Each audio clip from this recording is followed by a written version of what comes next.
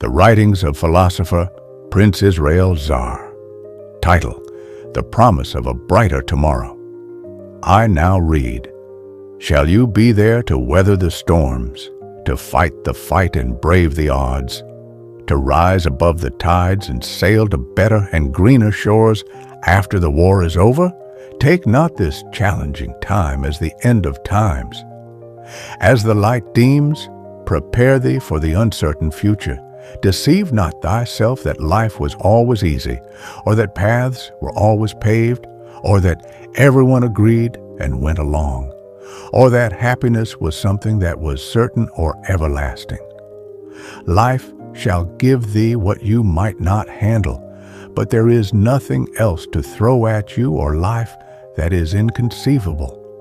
As the bombs fly and bunkers tremble, remember thee that tomorrow shall be better, that the future shall be much safer, peaceful, much prosperous, certain and secure, that the enemy shall be defeated, that you shall not live under perpetual fear forever without standing up to the enemy or facing them to surrender or make them seek peace, accept peace, negotiate peace, or accept mutual concessions or red lines.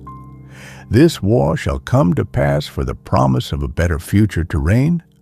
You have taken that much. Still, thy hope is standing, thy will is unbroken, thy boldness is unmatched, thy goals are unrestrained, thy resilience has been tested, natural selection has anointed thy bravery, and now victory is yours as thou anticipated.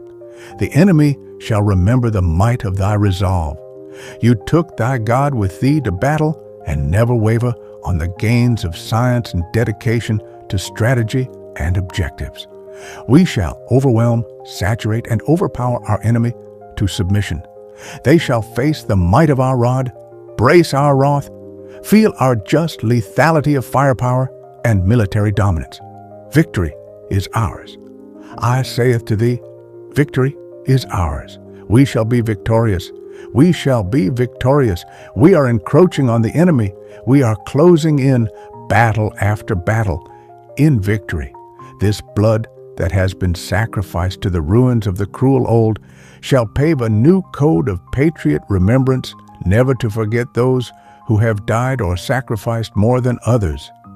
We shall console and comfort ourselves for our losses and grieve, hoping to guide against cynicism, despondency, or disillusionment. You have given too much for your country and buried thy loss. Still, thy love for country prevails. History shall not forget thee for thy contribution and sacrifice for the war efforts. Thy trust in the system in support of the mission and loyalty to the course shall never be forgotten.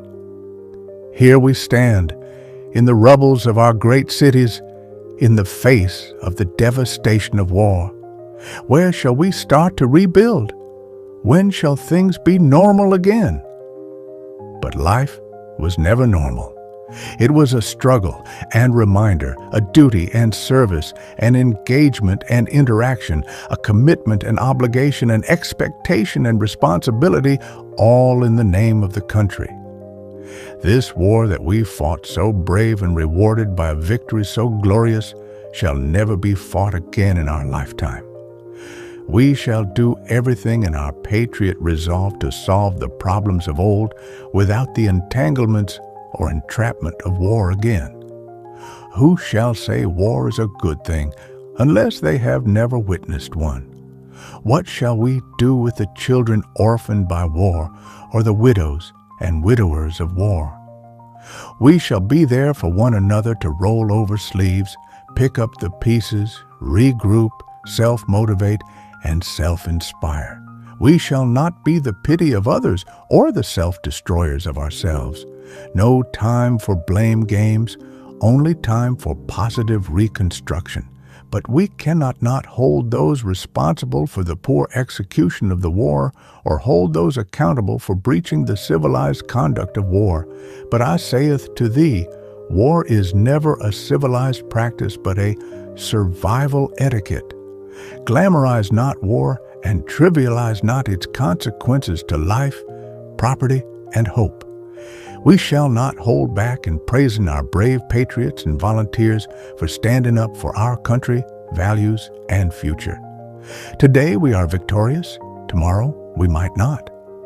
But isn't victory to those who end the war, to those who prevent continuous bloodshed, to those who force warring factors to the table, or to those who prevent mutual self-destruction? Happy the war is over and life is once again possible. Let normal times remind us of war times, for us not to fantasize of war anymore. War is devastating, saith thee yes to this evident truth. Isn't war something to intelligently or conscientiously avoid unless extremely necessary and grossly or strenuously unavoidable? Value peace times and preserve it, for thou art the promise of a brighter tomorrow. That promise of light to be is thee. This is philosophical, not empirical. The wisdom of Zaarrianism, USA. American philosopher, Prince Israel Zaar. March 8th, 2026. The background video is not AI related, but of Trianglerism, immersive, inventive art. Hope you enjoy listening. Leave a comment and subscribe.